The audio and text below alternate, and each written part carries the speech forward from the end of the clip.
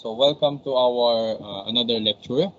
So from our previous lecture, we studied how to solve problems using the 5 equations of UAM and the 5 equations of default. So just to take just to have a short review. So we solved 6 problems. Okay, 3 problems for UAM and 3 problems for free fall. And we solved them using the 5 equations of UAM and also 5 equations of free fall. And now we're going to solve projectile problems. Okay, just 2 projectile problems. And then we will also solve 2 UCM problems and 2 relative motion problems. So saan tayo abutan? Okay, so I think we can now start solving for projectile problems. So I hope na napanood nyo yung videos before, okay, because it is connected to this one. Okay, so let's solve for number 1, okay, which is number 7 in our total list. A tiger leaps horizontally from a 7.5 meter high rock with an initial speed of 4.5 meters per second. Letter A, how long is the tiger in the air? Letter B, how far from the base of the rock does the tiger land? And letter C, what is its final speed just before reaching the ground? Okay, so that's the first question. So our key is to visualize things. So let's go back here. So what would be your the tiger scenario? So this is your tiger at a very high rock, and then of course it will jump like this one. Oh, it doesn't look like it jumped. Basta ganun yung tsura niya. Pero dapat nag-jump siya. Okay? Nag-jump siya pag ganun. Pero it doesn't reflect. So sorry for that. Okay. So how we're going to solve for this problem? So that's the scenario. So your tiger actually jumped like this one. Baguhin natin. I'm not contented. So let me copy this tiger. Okay. So this tiger jumped. How high is the rock? The rock is around 7.5. Okay. Wait, what's happening? Okay. So this is the tiger. It jumped like this. Okay. Take note that the jumping is horizontal. So horizontal tumalon si yung tiger. So that's one first clue. Okay, that's the first clue. And then the height of the rock is 7.5. Okay. So the height of the rock is 7.5. Since my example of rock here is not uniform, I mean, yung base niya is nandito kaysa nandito, we will take this vertical distance and we will mark this point as the base, okay, as the base point kung saan nanggaling si tiger. Okay. So this is 7.5 meters. And then your tiger will leap until it reaches this point. Okay. It will cover a horizontal distance like this one. So first, horizontal leaping, the height is 7.5 meters. Okay. 7.5 meters. And then, how fast? Gaano kabilis ang inyong tiger? Your initial velocity is equivalent to 4.5 meters per second. And it's horizontal. Perfectly along the x-axis. So what are the questions? Letter A, how long? When you say how long does the tiger in the air, it tells you about the time. What is the amount of time, or how long does your tiger is in the air? So what would be the time it takes for the tiger to jump from this point and reach this second point here? Okay, so that's the first question. What will be the time? Letter B, what would be the range? Okay, or what would be the distance? How far from the base of the rock does the tiger land? Since this is the point where the tiger started, we assume that the base of the rock starts here. So how far is this base from the landing point? Let's call it as R. And letter C, okay, ano yung tanong sa letter C? What what is its final speed just before reaching the ground. So the tiger leap, okay, a few milliseconds before it touches the ground, of course, it has a final velocity. Meron siyang certain na bilis, okay? And that velocity would be like this one, so v. Okay, this v here. This will be your final velocity. And this final velocity has two components. The first one is the final x component of the velocity and the final y component of the velocity. Okay. So this is the setup for the final velocity. Na tinatanong for letter C. So the question is, sir, paano natin sasagutin itong problem? Okay. The first approach is to first separate the horizontal component of motion to the vertical component of motion. So the vertical component of motion for the projectile would have a constant velocity, while the y component of the motion would have a free fall-like motion. It's technically free fall. So we can analyze the vertical motion using free fall. Okay? So vertical component using free fall. And your horizontal component would be just your basic constant velocity problem. Okay, so first we analyze the problem. So again, your initial velocity is horizontal. So tingnan natin yung mga given sa problem. So anong given? Una, horizontal initial velocity, which is v naught is equal to 4.5. Also, you were given with the height of the rock, which is 7.5 meters. And that's it. Yun lamang ba ang ating given?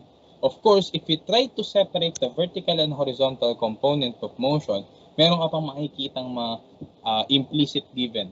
Okay? The first one is, sabi, horizontal ang inyong velocity. Take note that projectile is a two-component motion or a two-dimensional motion. It involves motion along the x and motion along the y. Therefore, if you look at the initial velocity, it's completely parallel to the x-axis. Okay? Therefore, your initial velocity is technically equal to your initial velocity along the x component, along the x-axis, I mean. It's just the x component, which is also equal to 4.5, which is also equal to the entire initial velocity. Then what does it mean for the y component? It means that for the y component of the initial velocity, vy naught, it must be equal to 0. Because your tiger leapt or jumped perfectly horizontal. Okay? So wala siyang y component sa initial velocity. Okay? Then next, take note that the tiger started from this point, y naught, and then it ended up somewhere below, y naught, which is y, or y final, or just y. Okay. And also, in terms of the displacement along the horizontal, you started from this point, x naught, and you will land at this point, which is x. Therefore, in terms of coordinate system, your initial position is x naught, y naught, and your final position would be x and y. So that's the setup of our problem. And if you look at the vertical component, since the tiger started from a higher level to a lower level, so pababa ang motion niya, therefore the displacement is also pointing downward.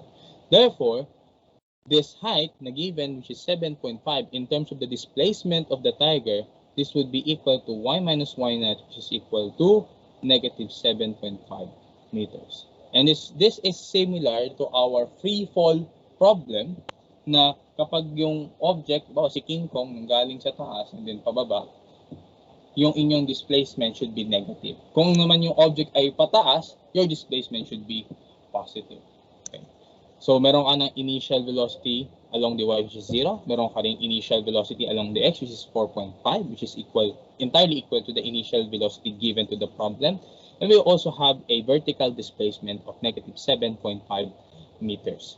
We also know that the acceleration due to gravity is negative 9.8 meters per second squared.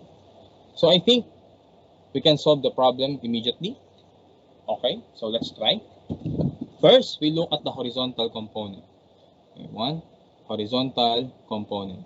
The horizontal component can be expressed using this equation, v naught x t. Let's say we want to look for the range. Okay, how far is this base point here towards the landing point? How far it is? And that's the part of the question. We don't know. So we start looking for an equation, and remember, our first equation in projectile involves this one. R is equal to x minus x sub 0 is equal to v naught xt, which is also vxt. Take note that since the initial and final x velocity components are the same, your v naught x, which is 4.5 in our problem, will be always 4.5 all throughout the travel until the final part. Therefore, this v naught x would be equal also to vxt. Sorry, vx naman kasi given na to. So, itong v naught x na to would be equal to vx since the horizontal component has a constant velocity na given sa atin. Okay, so let's try to use this. Okay, so r is equal to 4.5 meters per second times the time. But what is the time? The time is still in question because in the problem, part A, how long is the tiger in the air? It is equal to, we don't know. It's just a question. Okay, time is still a question in our problem. Okay, therefore, we need to look for the time and we need to look for the r. Can we use the horizontal component to solve for the r? I mean, can we use this equation r is equal to 4.5 times t if our unknowns are more than 1? We cannot use this equation because we don't know the time. So we need to look for other ways to solve for the time. Okay, one consideration, one assumption is this. Okay. The time it takes for the motion along the x is the same as the time it takes for the motion y, to do the motion y along the y-axis. So, ano yung sabihin yung tx equals to ty? Tx would be the time required for you to do any horizontal motion, okay, in the problem. Ty is the same for the vertical motion. It's the time it takes for whatever y motion component na gagawin ng tiger. And they're the same. Bakit? Because while the tiger is moving sideways, of course it takes a certain amount of time, the tiger is also moving downwards. That's why you will have this trajectory here, this curve here, right? So that's the case. Therefore, the time it takes for the tiger to move sideways would be also the amount of time for the tiger to move downward. Okay? Therefore, using this assumption or this basic principle, okay, we can use the vertical component for us to solve whatever it is in the horizontal component. That's why we're going to solve a threefold problem to solve for the time so that we can solve for the r. Okay? So yun yung gagawin natin. Okay. Let's go to the next slide. Okay. So meron kang given na initial velocity sa y, which is of course 0. Meron ka ring y minus y naught, which is equal to negative 7.5. 7.5 meters. Okay. At meron ka ring value ng g, which is equal to negative 9.8 meters per second square. Okay. The question is, balik tayo sa slide na to. Take note that here, we don't know the time. Okay? That's why we cannot solve for the range. Before we solve for the range, we need to know the time it takes for the tiger to traverse this entire space. Or we need to know how long does the tiger is in the air. Okay? Because that's the time it takes for the tiger to reach from this point to this point. And since we don't know that, we look for the y component, okay, of the motion for us to solve the time. So the question is time. If this problem can now be treated, the vertical component of the projectile motion can be treated as free fall, we must look for the free fall equations. So let's go back to our equations of free fall. So niligay ko na siya dito. Okay, so you have 5 equations of free fall. Again, correction, this is By not T, Vt, and this plus. Okay, so having 5 equations of free fall, and given ka na ng Vy naught, given ka rin ng y minus y sub 0 based on the problem. Of course, meron kang g. At hinahanap sa'yo is time. What equation ang pwede natin gamitin to solve for the time? Take note that since your Vy naught and y minus y naught and your g are visible, meron silang certain value. You need to look for an equation kung saan merong time at merong given na Vy naught, y minus y naught, and then g. So for equation number 1, wala kang g. So we don't know Vy also. So we cannot use equation 1. For equation number 2, meron kang g, meron kang variable na t pero unknown siya. Meron kang Vy naught pero wala kang Vy, so x to. For equation number 3, meron kang Vy naught, this one. Meron ka ring variable na time, correct? Meron ka ring g, which is given. Yung t hinahanap dito, and meron ka ring y minus y sub 0. Equation number 3 technically fits, okay? Equation number 3 technically fits the situation for us to solve for t. But before we use that, let's examine other equations. Equation number 4, meron ka ring time, meron ka ring y minus y naught, meron ka ring g, pero wala kang Vy. It's still unknown. The final velocity along the y is still unknown. Therefore, we cannot use equation number 4. The same case for equation number 5. Vy squared equals Vy naught squared plus 2gy minus y naught. Meron kang g, meron kang y minus y naught, meron kang Vy naught, pero wala kang Vy. At wala ring time sa equation number 5. So we cannot use equation number 5 to solve for the time. Therefore, we can use equation number 3. Okay?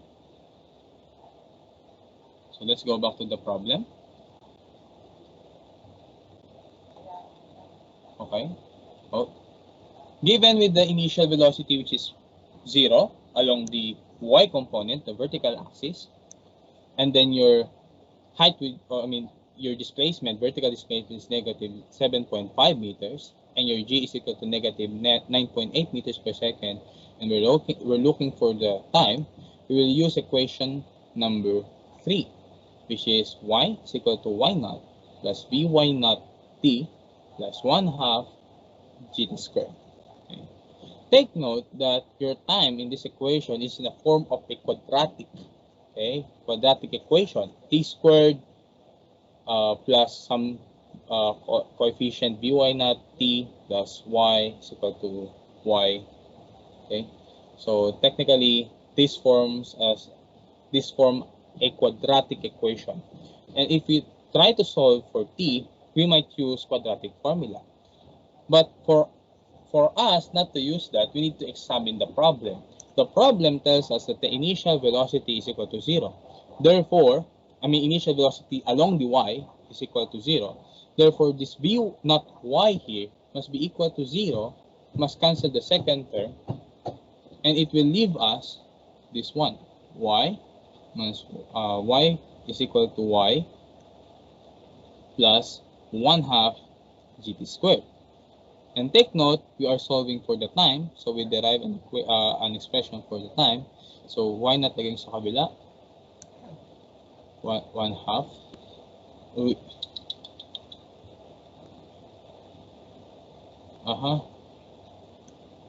Sorry, technical problems.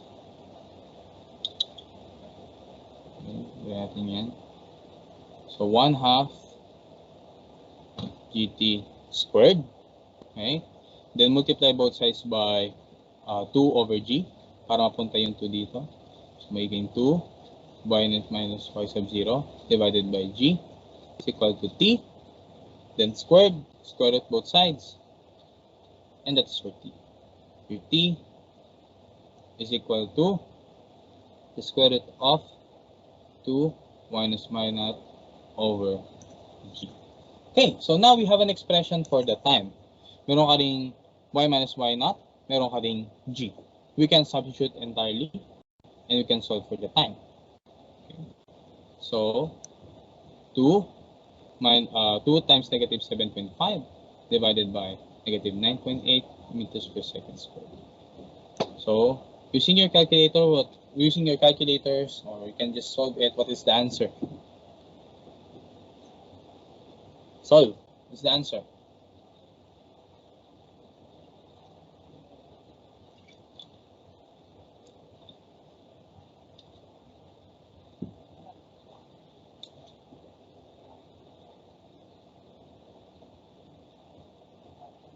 What is the time?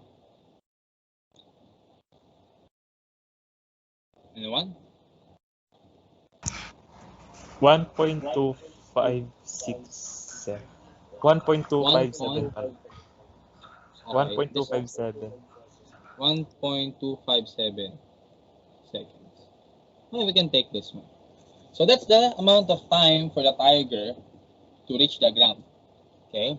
Take note that this time, nakuha natin to along sa y-axis. And take note, katulad nga sabi ko kanina, the tiger, while moving downward, is also moving sideways. So whatever the time it takes for the tiger to do whatever motion along the y, it would be at the same time as the tiger is moving along the x-axis or moving horizontally. Therefore, this ty is also the same as your dx. Okay? It's just the same, which is also equal to time. Just your time. Okay. So for letter A, how long does the tiger in the air? The tiger takes 1.257 seconds, okay, to travel or to move from this point up to this point. Okay. So that's it. So that's letter A. How about letter B? Letter B, the question is, what will be the range? Okay. So again, this is the base of the rock. Okay. And then this is the position. Okay. You are looking for the R here. Don't know what is R there. Okay. Now, maybe we can go back to our previous equation or previous expression. For us to get the range, or for us to get the horizontal displacement x naught here, x here, so x minus x naught, we might try to use your R is equal to b naught x t. Okay. Since meron ka naman na the time, we can substitute the time here, and we know that the horizontal velocity along the x is equal to 4.5 meters per second. And everything is just substitution. So 4.5 meters per second times 1.257 seconds, what will be the answer?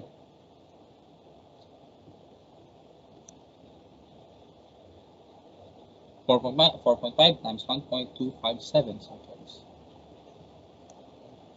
What will be the answer?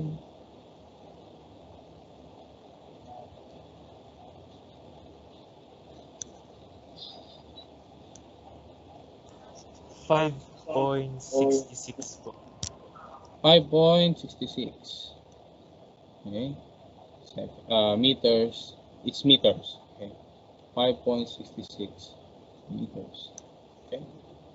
So take note, class, that make sure that each calculations would be correct. Kasi kapag nagsimula ka sa time, mali yung calculation sa time. Pag pumunta sa range, mali na rin yun. So please make sure that you check your calculations. So I will also check too. Okay. Always kapag in doubt, always try to check. And if not, okay, 9.8. So I will also check 9.8. Okay. Yung time ba? Tama? Are you sure that the time is correct? 1.257? Naka-square po yung buong fraction, di ba, sir? Ano pa? Naka-square po yung buong fraction. Yes, Same naka-square lang din yung po yung nilagay ko sa calculator. Yes, so 2 times 7, negative 7.5 divided by negative 9.8. Ang lumabas kasi sa akin is 1.23. 1.2371. How about sa'yo? Anong lumabas? 1.57. Are you sure that's 1.57? 1.237 seconds, sir. So, 1.237. Hindi 57.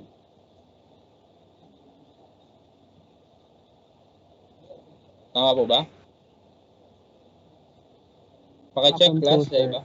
37 din po sa akin. Okay. 1237. Okay. 37. Okay. So, correction yun ha. So, 37. So, this should be 37. So, what's the answer? 4.5 times 1.237. Anong sagot?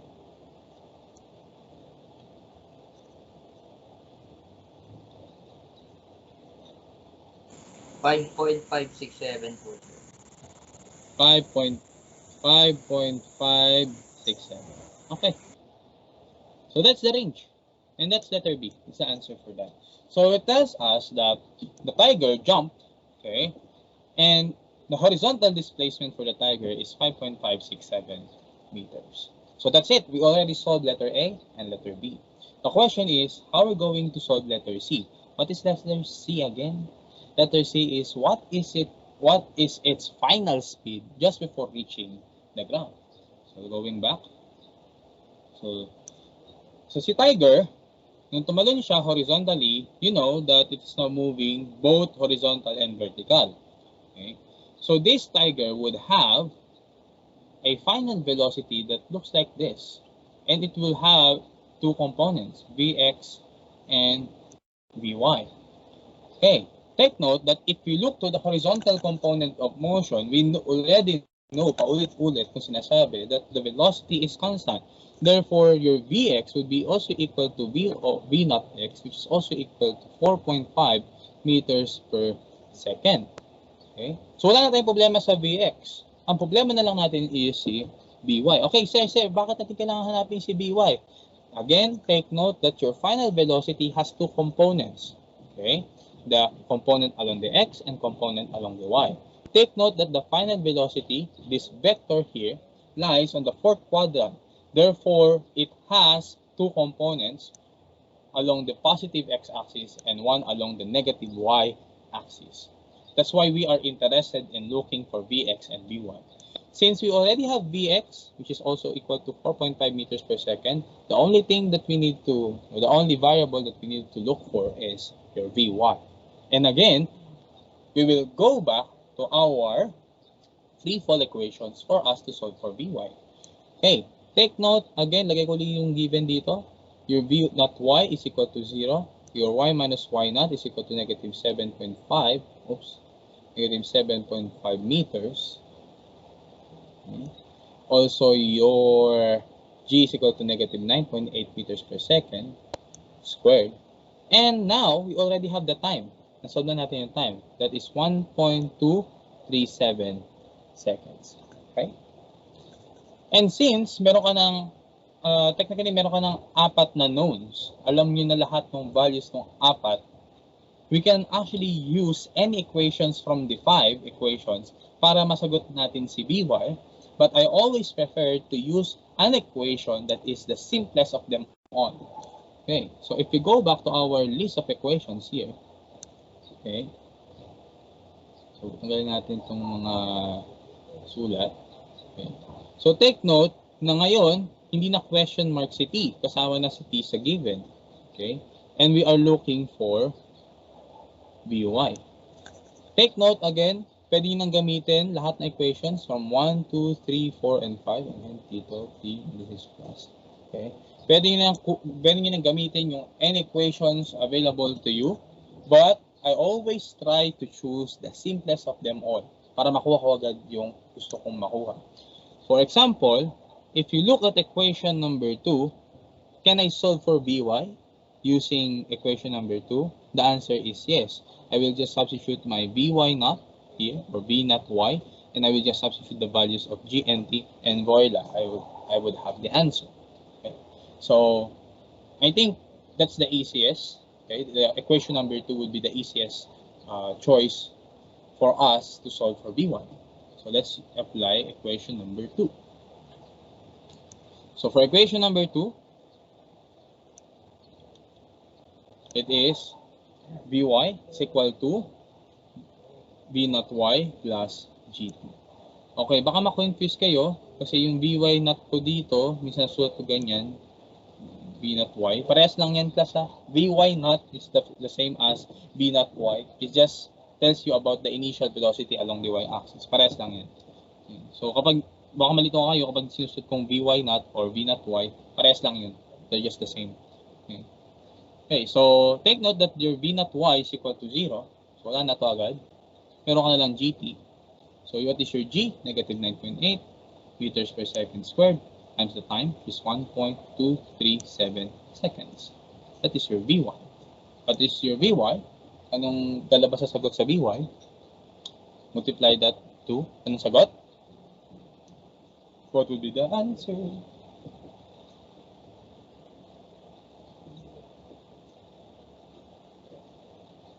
Anyone? Anyone?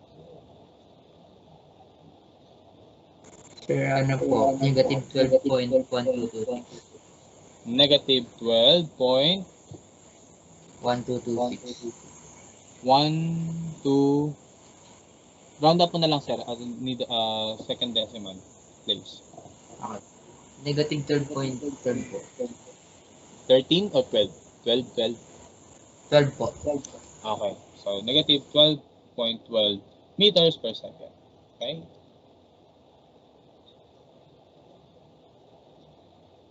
Okay. Examine that your y component is negative.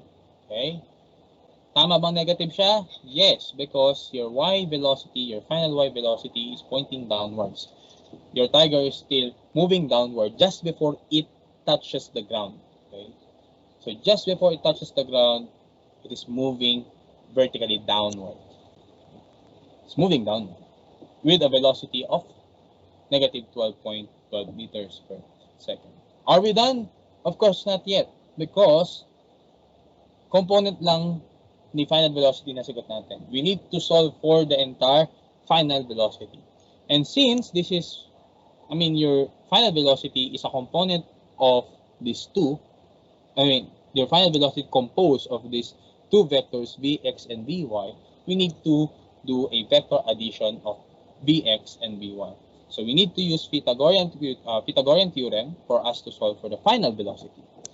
So your final velocity is equivalent to the square root of Vx plus Vy squared, which is, I will just substitute my Vx, which is 4.5 meters per second, and you square it, plus negative 12.12 meters per second, then you just square it, and lalabas sa sagot. Take note that this is just the magnitude of your final velocity. So what's the answer?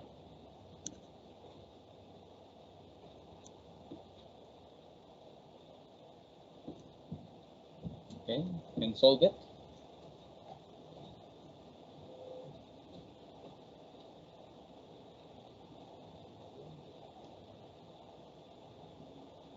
Sir, ano po? 12.90.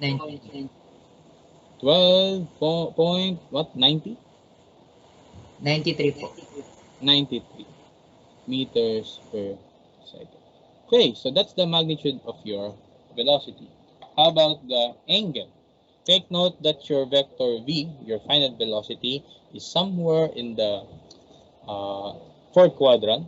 So we need to look for the direction ng inyong final velocity. For us to do that, of course, we go back to our vector basics. We get the angle Vy over Vx is equal to 12 arctan of 12.12. Okay, negative arctan of negative 12.12 divided by 4.5. So anong lalabas sa sagot? What is the answer?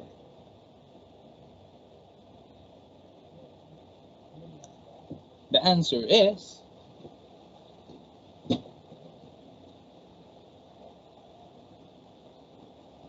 Sir, naka-degree na po yan, sir, no? Yes, dapat naka-degrees. Dapat yung calculators nyo is naka-degrees for you to solve this. Okay? Kasi lalabas dyan radians pag di naka-degrees yung calculator nyo. Ano po, sir, nalabas sa akin? Negative 69.63. Correct. Negative 69.62.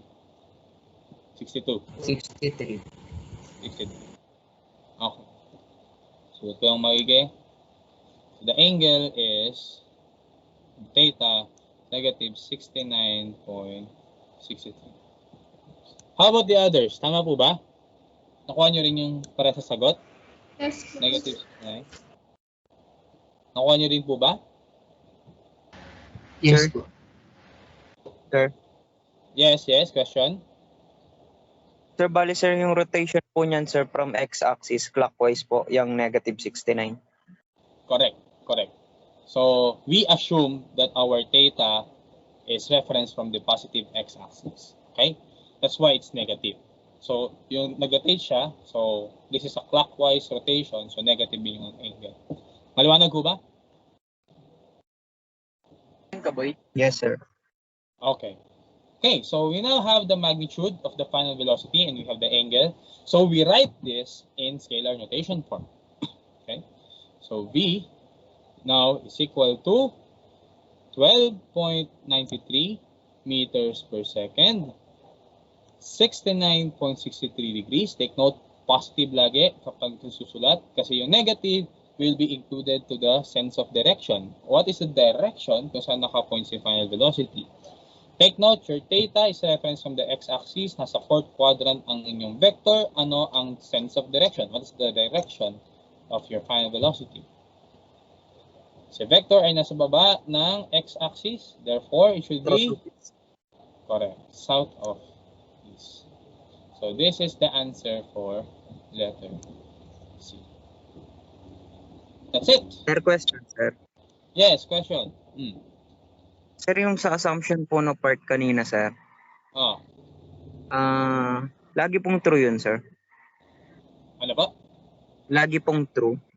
Yung Assumption part po na, ano yun? Yung time, sir, ng y component is equal po, sir, sa time po ng x component. yes, it's always true. Bakit? Kasi si Tiger nyo, remember the law of compound motion dun sa lecture.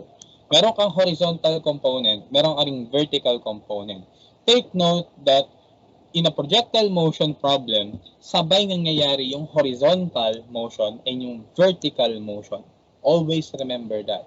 That's why whatever the time it takes for the object to do whatever sa horizontal would be at the same time, okay, na ginagawa niya sa y component. Maliwanag ho ba yun? Opo, sir. That's why you can get the time, bawa hinahanap mo yung time sa horizontal component o hinahanap mo yung time sa vertical component. Kung given ka, vice versa, ng other factors, that time is universal. That time is applied for both the horizontal and for both for the vertical. Okay? So that is your problem number 1. That's the projectile motion problem number 1. Then we proceed to problem number 2. Okay? Problem number 2 is this. A ball projected into the air with an initial speed of b0 equals 50 meters per second at an angle of 30 degrees with respect to a level ground. Okay? Letter A, what is the maximum height reached by the ball? And letter B, what is its range? Let's visualize this using the next slide. Tada! Okay. This is the ball, and then you will throw it at 50 meters per second. Take note, this is B0. Okay. So B0 is 50 meters per second, and the angle is theta. Okay. The angle is theta, and your theta is 30 degrees. Okay. Take note, in our previous lecture, kung napanood niyo yung video last time, pinakita ko sa inyo that this case is case number 2 of the projectile motion. Paano nyo nalamang case 2? Okay? there's a distinct trajectory, which is this parabola. Okay, we assume that this is parabolic. Also, this ball was projected at the same height, and at an initial height, and will land at the same height also. Okay, so the elevation, the initial elevation, and the final elevations are the same. So just like you are playing football or playing soccer or whatever. So pag sinipa mo yung bola, yung bagsak ng bola sa ground would be at the same level. So those are second cases of projectile motion. Okay. So this ball will also exhibit the second case of projectile motion. Same initial elevation together with the final elevation. The initial velocity, which is 50 meters per second here in this problem, would have two components: the x component, which is v naught x, and the y component, which is v naught y. Okay, and the angle of projection is 30 degrees above the ground, above the horizontal. Yun yung sinasabi ng problem. Okay, paano natin sasagutin itong problem na to? Let's go back to our equations of projectile motion. Okay, so meron kang equations for free fall, meron kang equations for the horizontal component, meron ka ring components of your initial and final velocities, component method, and so on. But we also I also presented a set of equations for range and the height with a specific case number 2. Okay, this set of equations, this R and H, are only applied on the second case of projectile, very specific application. Okay, you call this R as the range equation, and this H would be the height equation or height formula, range formula, height formula. And actually, we can use these equations directly to solve problem number 8. Bakit, sir? Meron kang binigay na initial velocity, which is 50 meters per second. Meron ka rin given na theta, which is 30 degrees. And of course, we already know that G is equivalent to negative 9.8 meters per second. So, we can use R and H directly. Okay.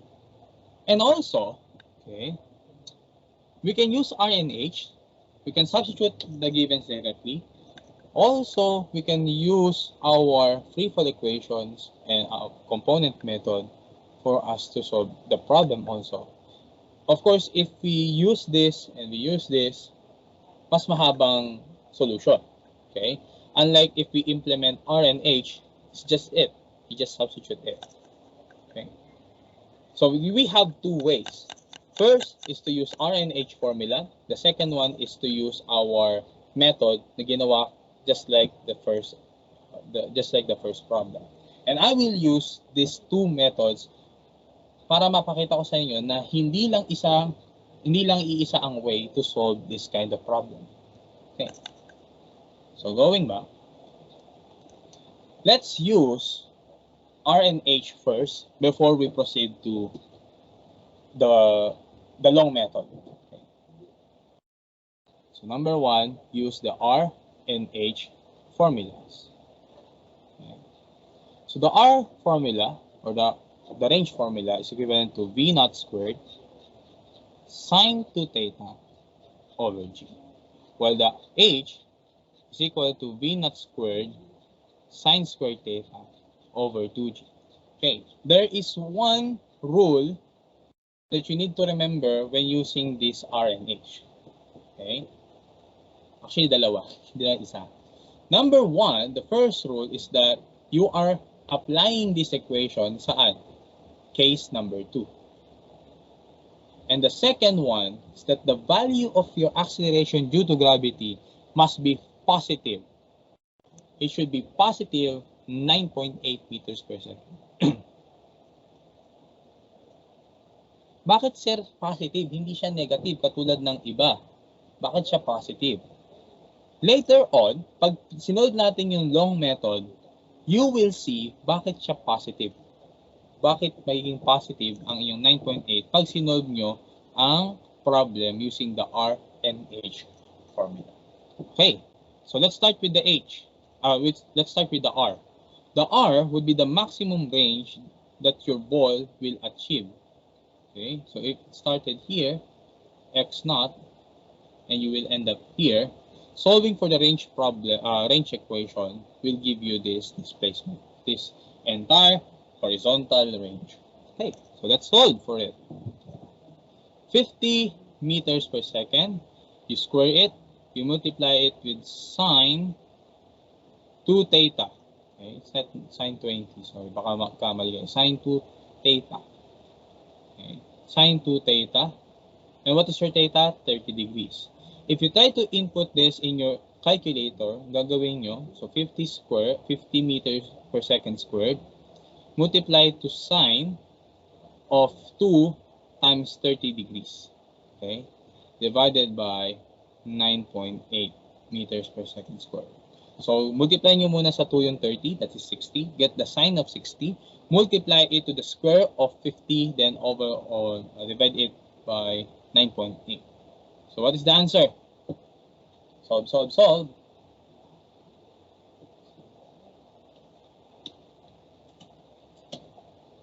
Sir, 220.92 po.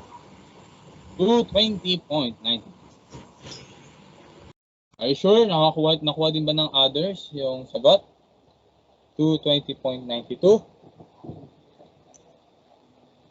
Nakuha din po ba ng iba? Yes or no? Yes? Yes po, sir. Okay, very good. So, 220.92 meters. That's the range. Okay, so from this point up to this point. Now, let's look for the height. And how you define the height? This height here, the maximum height does your ball reach. Okay, so kung ano yung pinakamataas niya maabot, yun yung H. And you can solve it using B naught squared sine squared theta over 2G. Substitute na natin para tipid sa space. So 50 meters per second. You square it, you multiply it with sine of 30 degrees. You square that divided by 9.8 meters per second. Anong lalabas sa sagot?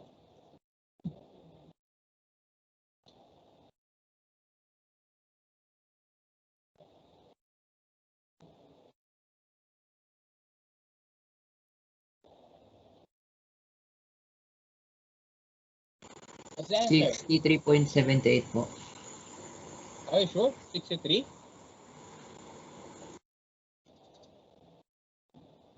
Are you sure? Check, check. Check your calculations.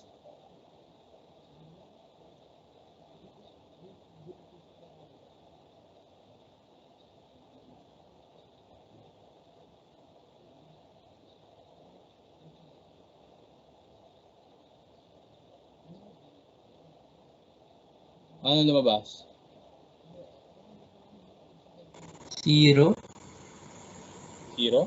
50 squared, sir, times sine 900. Sine 30 squared times Meron pa palang kulang. Kasi 2G to. So, times 2. Sorry, yan. Times 2. Okay. So, divided by 2G. Divided by 19.6. Ano sagot? Ulit. Sige, compute.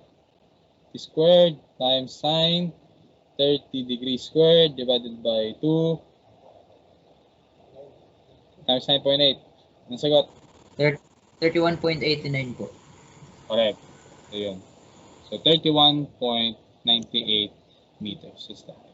Okay. So, meron na tayong sagot sa number 8. We're done.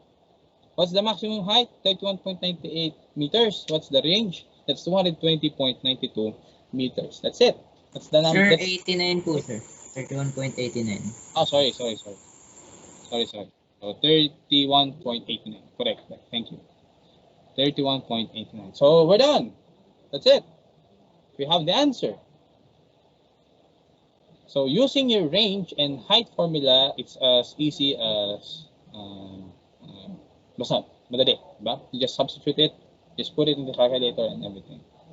But you might want to ask, Sir, Saan ba nanggaling yung range and height equation? I-derive niyo po ba yun sa amin? Okay. Let's try to solve this problem using the long method. Okay. Let's go to the next slide. What is the long method? Okay. So the long method. The long method involves getting the horizontal and vertical components determine the implicit given in the problem. Okay. So you will take the details of this motion. Okay. And we will use the 5 equations of free fall, also the horizontal component, the component v naught x and v naught y, for us to solve for the r and h. Okay. So number 1, let's try to put all the given. The given is your v naught is equal to 50 meters per second.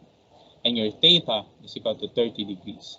This is your theta, 30 degrees. This is your v naught, 50 meters per second. Okay. So first, we need to separate the two components, the v naught x and the v naught y. Okay. So let's separate them, v naught x, v naught y. So v naught x would be equal to 50 cosine 30 degrees, and here 50 sine 30 degrees. Okay. So bakit cosine and sine? Remember, your theta is referenced from the x-axis.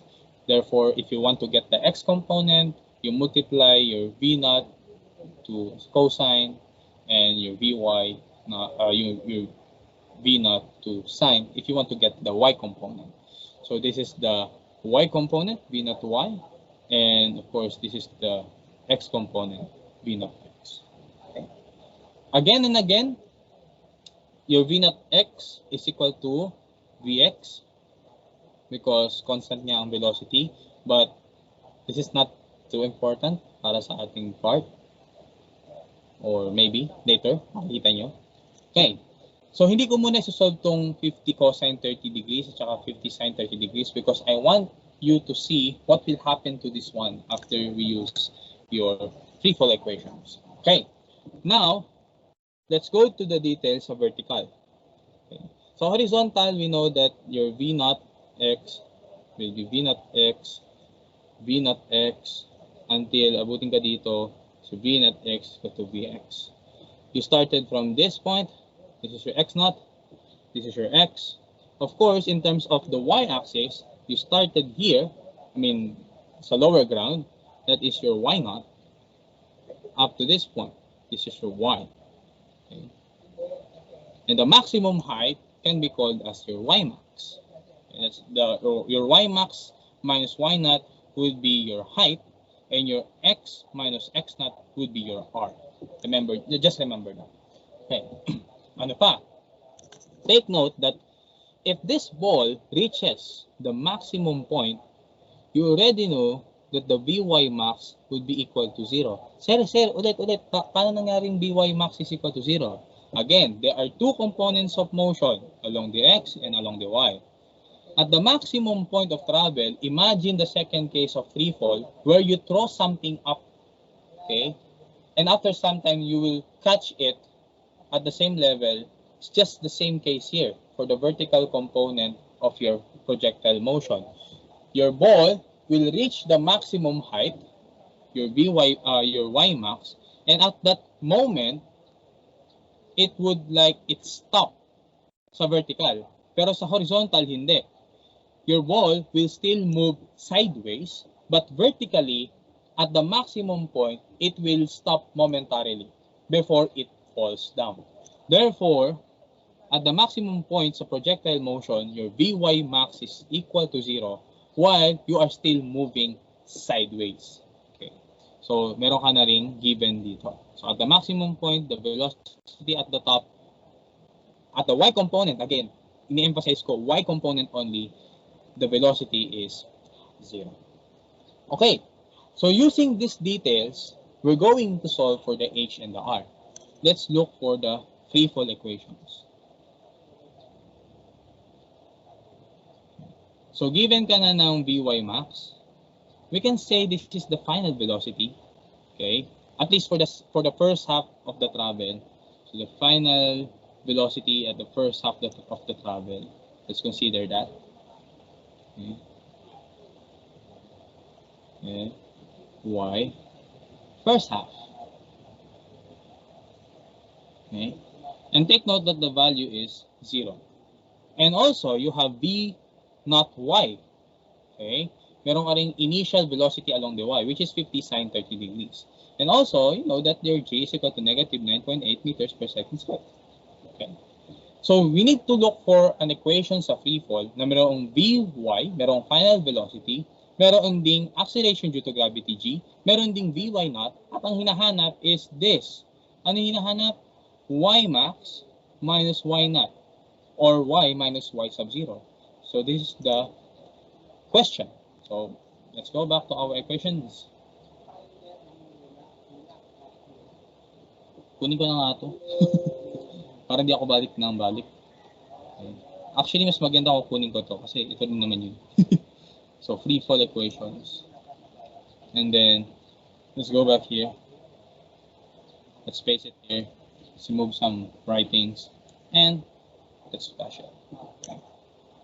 Some corrections again. This is time t. And this is plus. Okay. So anong given sa atin? Meron ka ng vy, which is vy max, which is equivalent to 0. Meron ka ring v naught y, which is equal to 50 sine 30 degrees. Meron ka ding g, which is equivalent to negative 9.8 meters per second.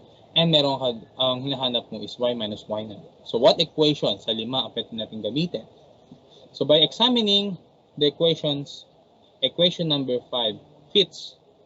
Okay? Bakit equation number 5? Hinahanap mo si y minus y sub 0. So meron kang y minus y sub 0. Wala ka na ibang hinahanap ko kay y minus y sub 0 for this problem, both sa x component. Pero y naman tayo eh. So meron kang given na g, meron kang given na initial velocity, meron kang given na final velocity at the maximum point which is equal to 0. So we can take equation number 5 and use that. Okay, so equation number 5. Okay. So what is equation number 5? That is vy naught is equal to vy naught squared is 2g y minus y sub 0. Okay. Again, before we try to solve anything, we know that the maximum at the maximum point vy max is equal to 0. So this is already 0. Therefore, 0 is equal to vy naught squared plus 2g minus y sub 0. Okay, next slide. Para clean. Okay. Therefore, 0, again, sulat ko dito, vy naught plus 2g minus y sub 0. Ang hinahanap natin is y minus y sub 0. So we derive an equation for y minus y sub 0. Y minus y sub 0 is equal to, ito sa kabila, vy naught over 2g. Okay? Tama? This is our expression for y minus y naught. Nasusundan po ba? Okay, so, ayan, meron tayong equation na yan. Okay, may squared, sorry. Squared 2. Kita niyo equation number 5, okay? So, merong squared. Okay? So, don't forget the squared. Okay, we know that your vy naught is equivalent to 50 sine 30 degrees. Tama? And we're going to substitute it here. So, substitute y minus y sub 0 is equal to negative of 50 sine 30 degrees squared over to 9.8 meters per second. But wait. Before you put this inside your calculator, try to imagine kung ano to. Isn't this the same as v naught squared sine squared theta over 2g? Isn't this two the same? 50 squared times sine 30 squared divided by 2g. Isn't this one the same as this one? Parehas ho ba?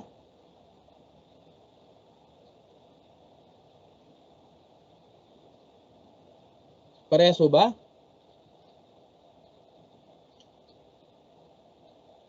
Is this expression here the same as this expression here?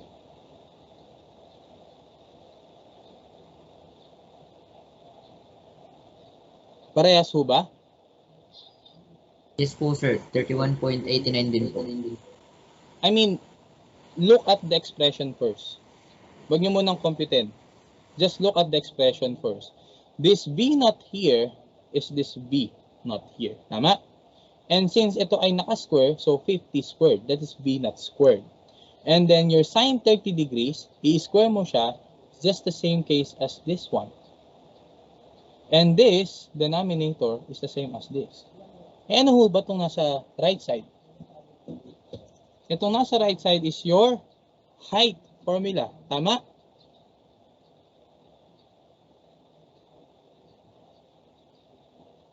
Tama? Yes po, sir. Which is the same as this one. Therefore, when we did the long method, hindi niyo napapansin na diniderive na natin pala yung inyong height formula. Okay? Therefore, kung itong dalawa na to ay parehas lang, therefore the answer for this one should be 31.89 meters. Okay. Diba naalala niyo sabi ko kanina, ang assumption natin kapag gumamit tayo ng R and H formula is that your G must be positive. Bakit po naging positive? Dahil po dito, yung negative dito, na-cancel sa negative dito. That's why if you want to use the height formula, you need to use a positive G. You need to use the positive G. Also, if you don't want to do that, okay, you need to revise your H by just putting a negative sign. So negative b naught squared sine squared theta over 2g, where your g will still be negative 9.8.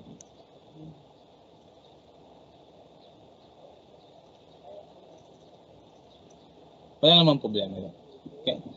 But kung ito ay positive, positive din dapat inyong g. Kasi magka-cancel sila.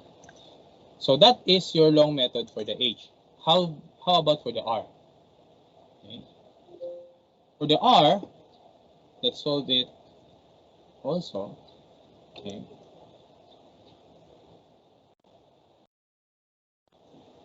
So next, long method for the R. We don't know that. Okay. So we know that this is x naught and this is x. We know that the horizontal component of the initial velocity is v naught, which is also equal to vx. Okay. So R is equal to vx t. We know what is vx. Your vx or v naught x will be equal to v naught cosine theta, which is also equal to 50 cosine 30 degrees. Again, 30 degrees. Okay. So let's substitute it here. R is equal to v naught cosine t is equal to 50 cosine 30 degrees times time. Okay. Did we solve for the time earlier? Hindi. So we need to solve for the time using your free fall equations. Okay. But we need to consider this thing. Since the ball will be moving up and down, we can divide the problem into two parts. The first one would be getting the time it takes for you to move up, for the ball to move up to the maximum point, and also to take the time to move down. And since this is technically symmetrical to each other, the time it takes for you to move up, for the ball to move up, is the same as the time it takes for the ball to move down. They are just equal. Therefore, if you want to take t, which is the total time, this would be equal to t up plus t down, or also equivalent to 2t up. Kasi parehas lang naman si t up at saka si t down. Okay, so just multiplying by 2, you will get the total time. Okay, and we need to look for the time to move up and down. So first, find T up. What is time up? What is the amount of time for the ball to reach the maximum point? So we will go again to your free fall equations. But since we already have Vy max, which is equal to 0, your G, which is equal to negative 9.8 meters per second, we also have V naught Y, which is equal to 50 sine 50 sine theta, okay, or which is sine 30, we can actually use your free fall equations. So ano yung hanap natin? Time. So let's go back to our equations here. So ano mga binigay sa inyo? Of course, meron ka ng y minus y naught. Nasolve natin siya kanina. Pero ang hinahanap natin is the time. Ito ang hinahanap natin. Meron kang by naught, meron ka ring by. At least sa kalahating part ng problem, aabutin niya lang yung pinakataas. Gaano katagal yun? So your v naught y is equal, your vy max is equal to 0 and your g is equal to negative 9.8. So ano equation sa 5 ang pwede nating gamitin? Again, if you want to choose an equation, choose the equation that will give you the answer the fastest or the simplest. I might take equation number 2. Bakit equation number 2, sir? Meron kang g, negative 9.8. Hinahanap mo sa time, so visible siya dito. Meron ka ring by, which is the maximum point. Okay, sorry. At meron ka ring by naught, which is 50 sine 30. So I will use equation number 2. So equation number 2, which is by naught, sorry, by is equal to by naught plus gt. Okay. Remember that your Vy max is 0. Therefore, this one would just take as this. So 0 is equal to Vy naught plus Gt. Lagyan nyo sa kabila. Vy naught is equal to Gt. And then take the time. So negative Vy naught over G. And you substitute the given. Your time will be equal to negative 50 sine theta, which is sine 30 degrees, divided by negative 9.8. Okay. This would be the expression for the time. But before you solve this in your calculator, I will substitute this expression dito sa RVXT natin. Okay. So let's substitute that.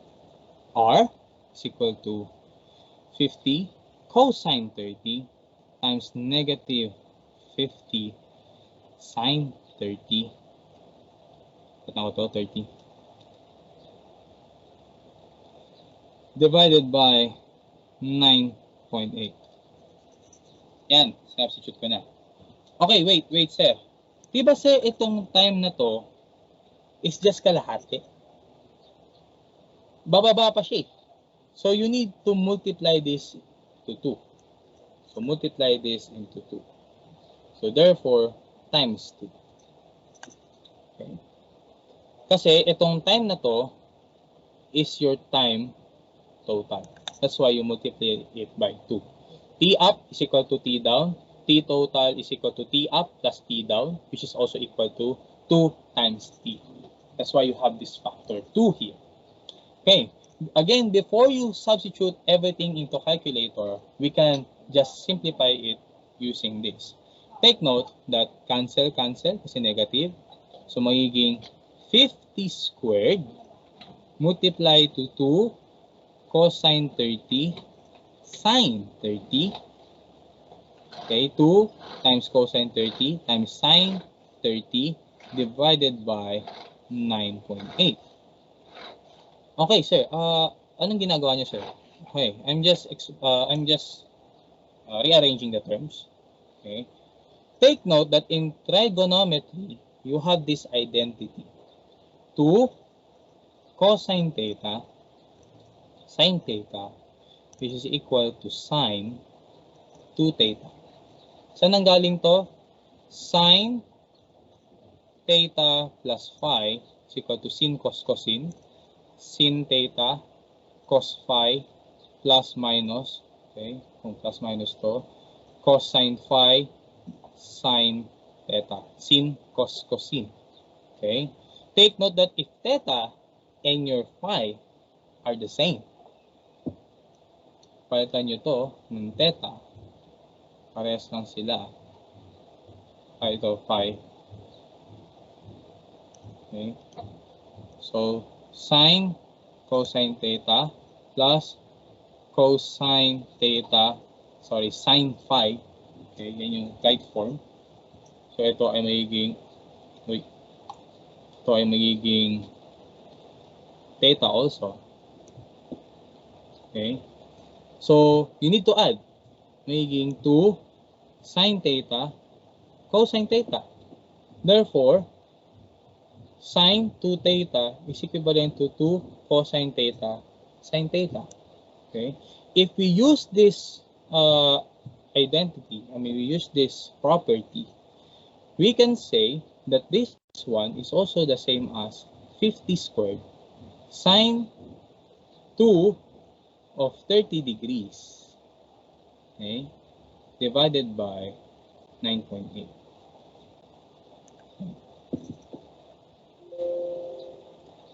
I need another slide.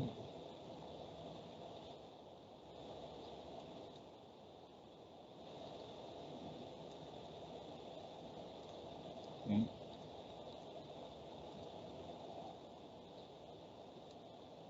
So again, going back, sine 2 theta is equal to 2 sine theta cosine theta. Therefore, 2 cosine 30 degrees sine 30 degrees is just equivalent to sine of what?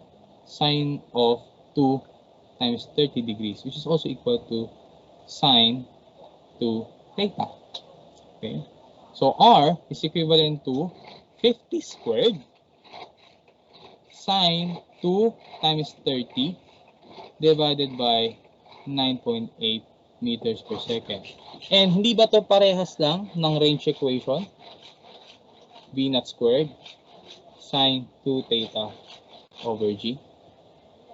Parehas lang, di ba? They're just the same. They're just the same expression. So technically, nung ginawa natin yung long method for the range formula, sinabay na natin yung derivation ng range formula from this. Okay? Therefore, if these are just the same expression, so 50 squared, then sine 2 theta is just sine 2 times 30, okay, divided by 9.8. Therefore, this should resolve to 220.92 meters. Nakuha ho ba? Na-check nyo po ba kung parehas? Yes po, sir. Parehas. Parehas. So that is the long method. Any questions? So we proved that using the range formula or our initial approach, this is the range formula, ito yung range formula and the height formula, we can get 31.89 as the maximum height and 220.92 as the maximum range. We can also use the equations of free fall and your horizontal components. We get into the details. We get that at the maximum point, the y component of the velocity is 0, and so on and so forth. Okay, using the long method, we can still get 31.89 meters for the maximum height and 220.92 meters for the maximum range. And take note that in the long method, dinerive natin yung inyong range and height formula because we have the same expressions for this one.